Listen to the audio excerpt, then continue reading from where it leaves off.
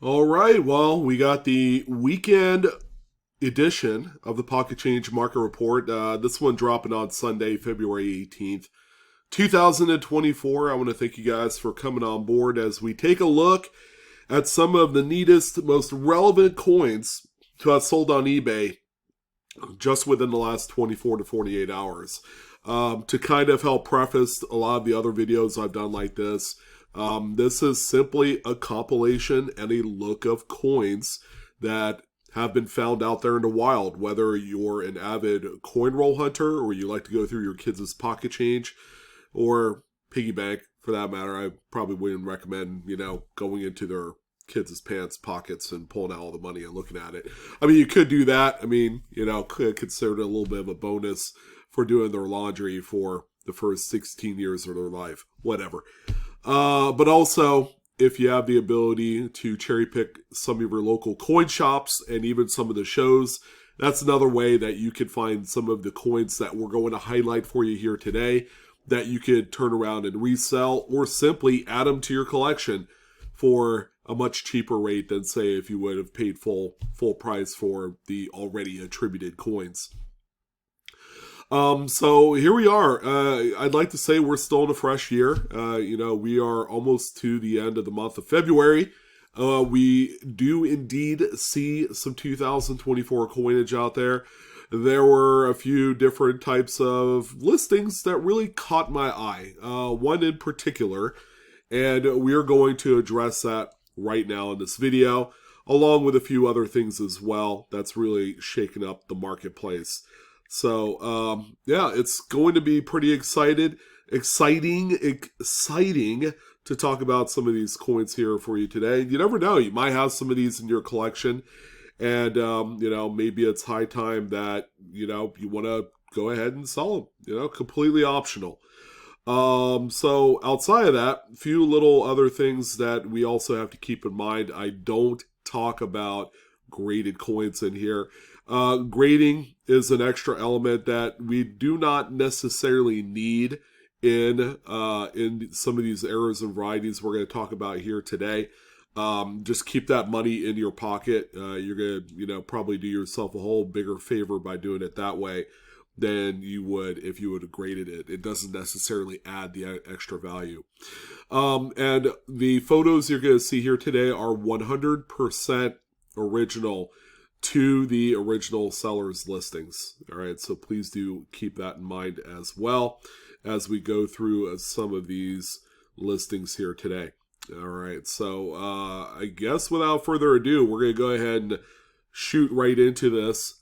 Thank you guys for coming on board, and I do appreciate all of your support. And let's go ahead and do this right now. So we're going to start things off here with a couple pieces of paper money. They're actually quite neat, to be honest with you. Hard to believe that, you could have found some of these out in circulation back in the day. So we're going to start things off here with our lovely looking Benjamin Franklin. This one looks to be a 1996 $100 bill. This is the first year that they had modified the $100 bill to a much bigger design of portrait. They hadn't quite added all the colorization and all the other anti-counterfeiting things that we're all so used to seeing on our newest $100 bills today. So this one right here, I wouldn't necessarily say that the written in ink annotation right on the face of the note adds any value. It usually detracts from that. When simply they call it, I guess, damage in a way when there's handwriting on there. But all the goods is going to be on the reverse. As we see some sort of like obstruction print, there was something on the subject sheet face as the print was happening here. Could have, I don't know, could have been some scrap paper.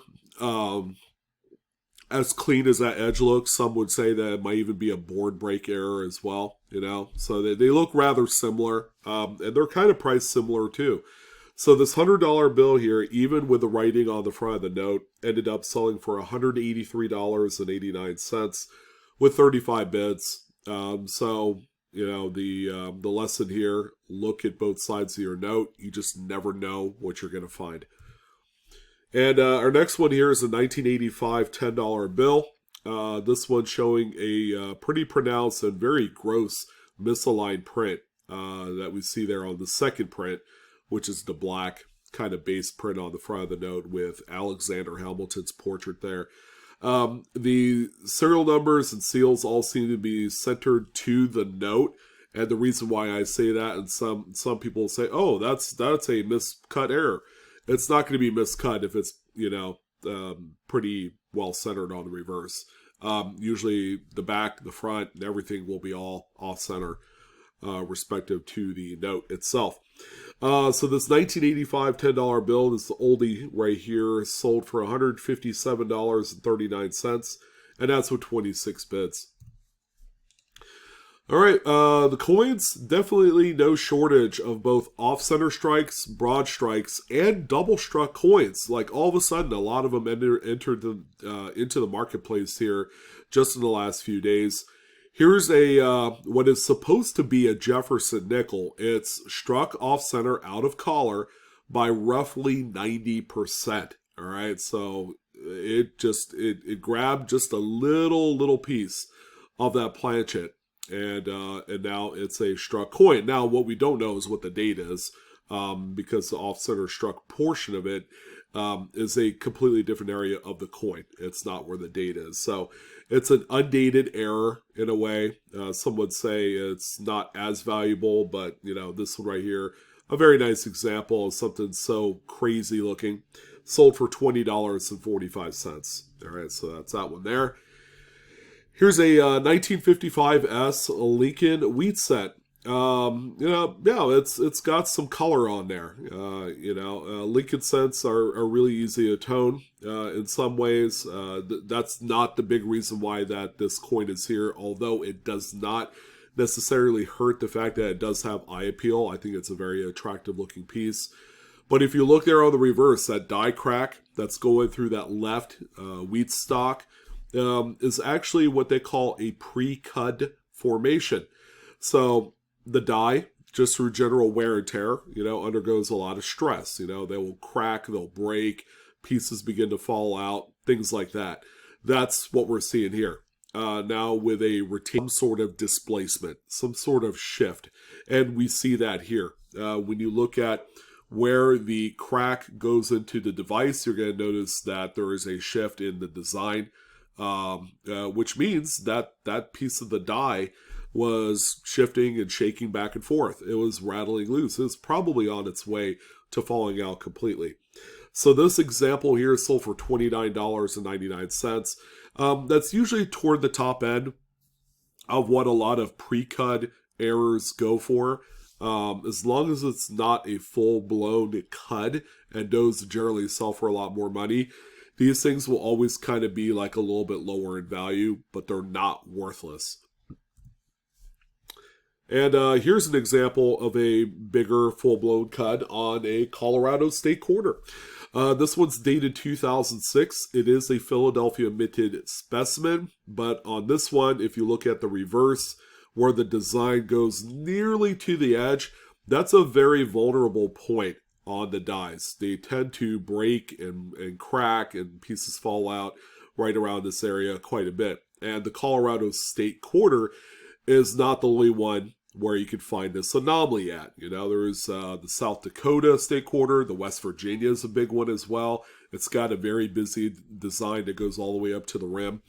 But if you look on the reverse at the 3 o'clock position on the Colorado side, you can see that cut.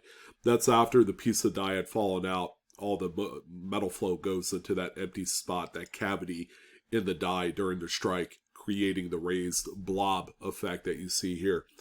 Now, these cud state quarters, very common. If you are either on the west or east coast of the U.S., you can find these. You just have to look for them. And as a result, they don't sell for nearly as much as some of the others. This one sold for only $10. We have a 1961 Lincoln Memorial set. Man, this thing's kind of crazy looking. It has a couple different types of terminology. The one that we hear a lot is ragged clip. So it's kind of like the end of sheet clip. But you know, some would even say it's called a fisher as well, where you could actually see the texturing of the ragged clip right there. You know, and especially if you have what they call a blowhole, where you see that crack that goes through Lincoln's head. If there's another kind of like fissure, like in the middle of that crack where you could see through it, yeah, that's what they call a blowhole or a fissure. But yeah, these are quite neat. As far as the market is concerned, they're not quite up there yet. But I have a feeling that one day, because of how dramatic these things look, they're going to get their time in the light. This one right here managed to sell for $16.96. Well, not bad. I feel like that they probably could do better, maybe in the near future. Here's another off-center struck nickel. This time we can actually see a full readable date. It's a 1984 Philly. This one also struck off-center by about 85 to 90%. I mean, it's pretty crazy, but you do have a full readable date. And it does impact the value quite a bit, because collectors of these type of errors, they collect these by date. All right, so they want one of each date. It's also worth mentioning that this one looks to have an indent right on the off-center struck portion of it, which means it was overlapping another planchet during the strike, which is quite crazy. This is actually a very crazy looking error. This one sold for $85.74, and that's with 9 total bids. Quite an active listing here. Here's another 1984 off-center struck Jefferson nickel. This is a coin that is off-center by roughly 85%. And you notice that on the reverse of the coin, that there's no design details. That means that this is what they call a uniface. This is a complement to another coin that was overlapping it. So there is another coin out there somewhere in the world that probably mates up to this one perfectly. And with this particular coin, this one also sold for a good amount of money, $54, and that's with 22 total bids. I know a lot of people have said, well, it's unrealistic to find coins like this and change. And I completely agree. But if you do come across some of these at a coin shop, and there are coin shops that don't particularly care about errors and varieties. So they will not necessarily fire sale these things, but they're going to offer them out to the public at a much cheaper price, just so they can move it and then make room for inventory that they do excel in. So I have personally bought coins similar to this for right around $15 to $20 at coin shops and shows. Bargain bins will have these. Just make sure you know what you're getting, and if it has a full readable date, that is going to be a boon to your wallet. That's going to be one of the best things that you could do. Here's a double struck Jefferson nickel, 1980p this time around. The secondary strike is about 85% off center. And another big one, $65, 17 total bids. These are quite collectible and very dramatic. They have the eye appeal that is unmatched. And that's why they're one of the more popularly collected U.S. mid-airs today. And this double struck is a 1983 Philadelphia. It's always good that if you do come across these, if it's got 2 readable dates where the off-center portion of it also has a readable date, that kicks these things into gear in a whole new way. Gone is a $50 to $75 coin, but we're probably going to be talking about $150 to $200 coin at that level. With 2 readable dates, that is. So this example, much like the previous, good strong sale, ended at $46, and that's with 7 bids.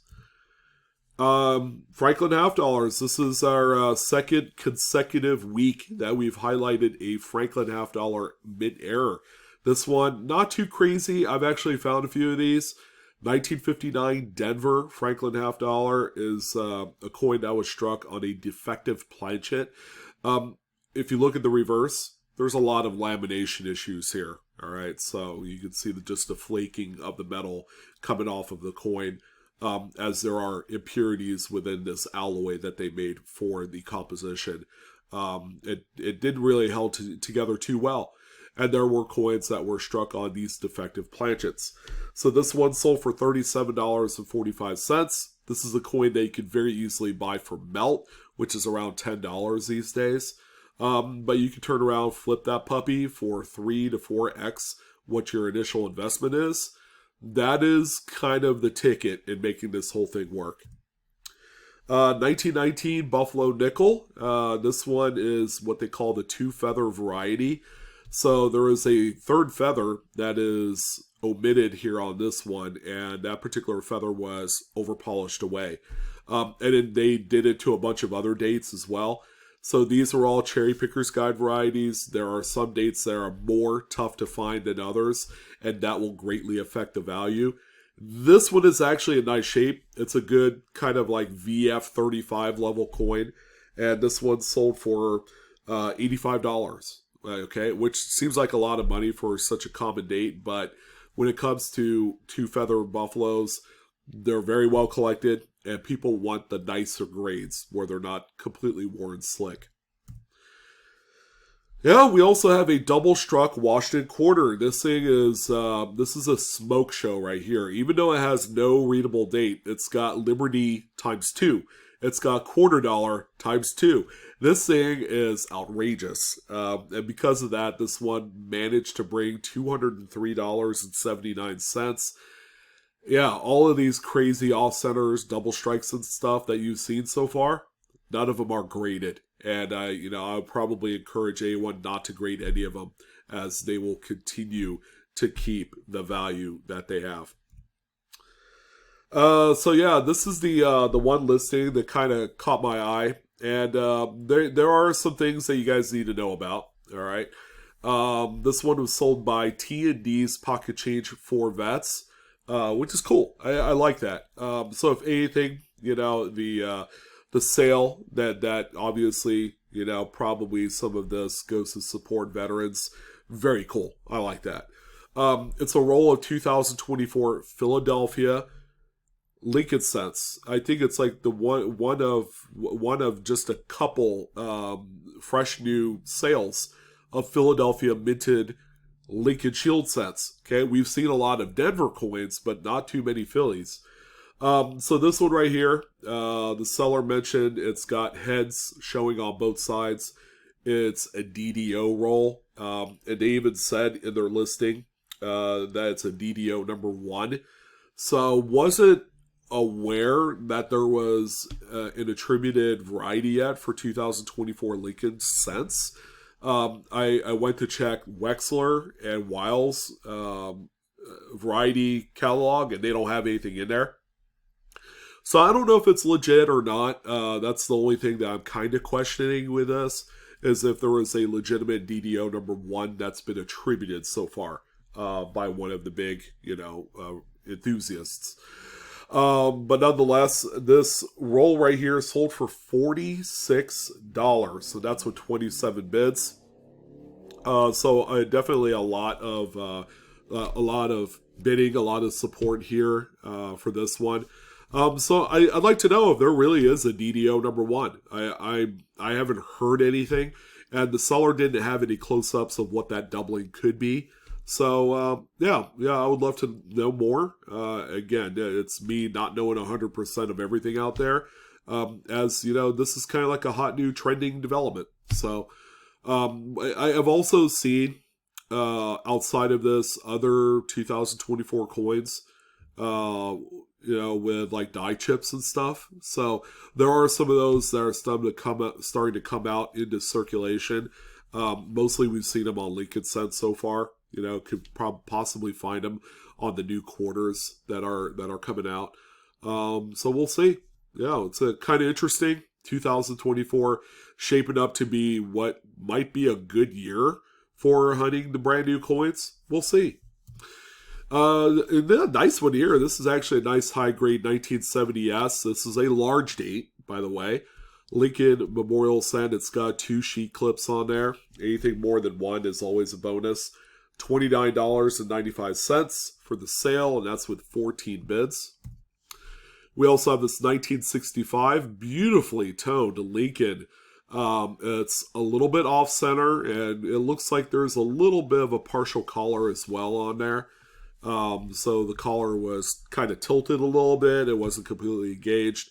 So when the coin was struck, it did catch a little bit of that one high edge of the collar, which shows as a step on the reverse there.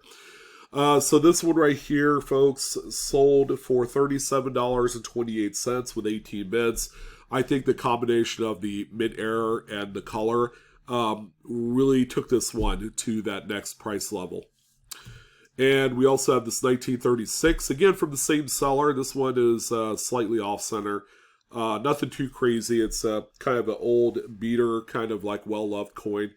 $23.45, and that's with 18 bids here. And this one looks quite honest. And honestly, this is something that I need to do better in looking more for. Especially after this sale. It's a 2017 $1 bill. But if you look at that last digit, the serial number on the top right corner, you're going to see that that number 8 is set off a little bit higher than the rest. So they call this a gas pump error. It's actually just a turned digit on that dial. It was slightly turned a little bit to where it's going to show that shift. So this note right here, $23.29 for this one. And that's with 13 bits. So there's a lot of rewards here just by hunting through paper money, especially going to the bank and getting, some dollar bills. There's the inkwell contamination error that's like hot off the rigs right now. There's things like this. There's fancy serial numbers. There's low print star notes. It's a kind of a good time to be alive and to be a part of this segment of numismatics. This hobby is just going to get even more explosive in the future. There's a look at the back again, pretty well circulated piece, probably a low NVF 25, somewhere around there. Obviously this is a coin that you want to find. It doesn't matter the condition. Like this 1972 Lincoln Memorial, it looks clean. It doesn't have any luster whatsoever. It's got a very high polished glossy look to most of the coin.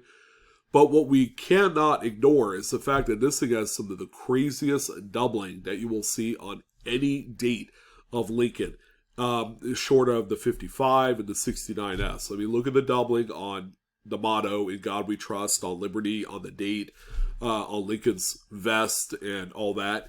And you know that this is the FS 101 variety. This is the big one here. So I couldn't get it to work when I was looking for the price on this. They were asking $492.95. A best offer was accepted. I just don't know what that amount is. I'm figuring it's somewhere in that like $350 to $400 range because the coin is kind of like an AU details level grade here. Again, it does appear to be clean from my look at these photos. Neat one here, 1981 $1 bill. Just simply, it's miscut. It's showing also the top edge of the sheet, which they call the selvage. Not salvage, but selvage, S-E-L, is how it's spelled. So everything is all together. Like the first, third, and second print are all aligned together. If it was just perfectly cut, it would be the perfect note. I also like the sheet number where it's showing a fancy serial, 47474. I thought that was kind of neat. When we look at the back, same thing here. Everything is all in line. It's just badly miscut. So this thing was probably found a long time ago when it was first released. Always good to see. $208.49 with a couple of bids. So it was a very, very big note on the auction scene, and only like a couple people really ever took it seriously. So again, that's kind of like a trophy note that you want to find out in circulation, and they're out there, This is our one and only listing of the Extra V 2023 Lincolns. So this seller had a pair of them. All right, and from what I could see, these look like they've circulated a little bit. They got little contact marks and a few scrapes on both sides of the coin. They're not the most perfect looking examples, but again, when the grading companies are grading the extra V as a variety, that kind of makes you take notice. So right there on the truncation of Lincoln's bust, you can see an extra little V notch next to Victor David Brenner's initials, which are the sculptor's design initials for the coin. This one right here, the 2 coins sold for $75. All right, which puts them at about 37.5 a piece. That's kind of like a normal average for these type of things. They're not selling for hundreds of dollars anymore unless it's graded.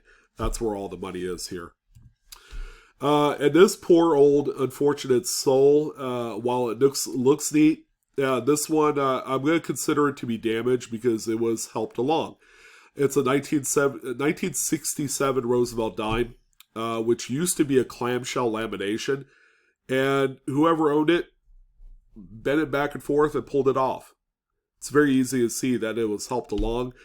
And if you do come across a clamshell, they're worth more with it attached on the coin than it is pulled apart like this. This is a bad look for things like this. I just thought I'd let you know that that it's always easier to keep them together and not do anything with it. They're going to be worth a lot more. So this clamshell, $21.96 with 5 bids. If it would have stayed together, you just took a nice edge shot at the split, it probably would have been a $50 bill.